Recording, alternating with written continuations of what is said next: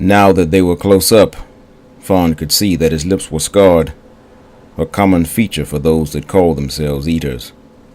Fawn quickly threw away the thought. He was handsome, and fighting on the right side.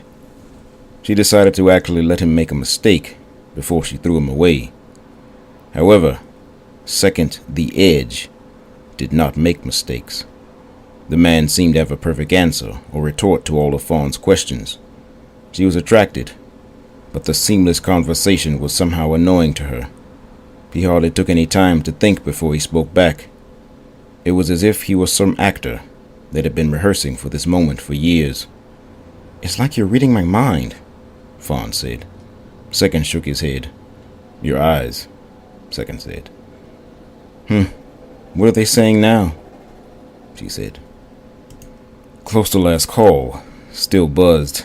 Need drunk food," Second said. Fawn's mouth was agape as she looked at Letchway, whose eyebrows were nearly raised to her hairline. "Let's go then," Fawn said. The group of 6 shuffled out of the club, but only Second and Fawn decided to head to the diner further down. After waving her friends away, she bumped into Second's shoulder. He was considerably taller than her, notable, as Fawn herself was much taller than average. They were seated in a booth in the diner, which was just about half filled. Fawn ordered an iced tea, then laid her chin on her knuckles. Second gazed back without saying anything. His eyes were moving all over her face. "What took you so long to say hi?" Fawn said. "Why trouble a woman who doesn't want to be bothered?" Second said. "But you waved today," Fawn said. "I saw you looking," he said. Their waiter had brought their drinks, and nodded and smiled to Second. "Are you like some kind of celebrity here?" Fawn said. "They treat me like I am. I'm an active duty combatant," Second said. "They keep trying to get me to sign up," Fawn said. "Why don't you? You have an amazing build," Second said. Fawn scrunched her brow together. "How would you know?" Fawn said. Second smiled, revealing teeth that were a little too sharp for a normal human. "I see things," Second said. Fawn shot him a playful glare, then sipped her tea. "I've heard you guys have nothing to fear from Deicide soldiers," Fawn said. "Anything below a grade 5 is a mook," Second said. "And what grade is Deicide?" Fawn said. "Ecocide estimated he was a 1, but we haven't had battle contact with him in years," Second said. "You really think we can win?" Fawn said.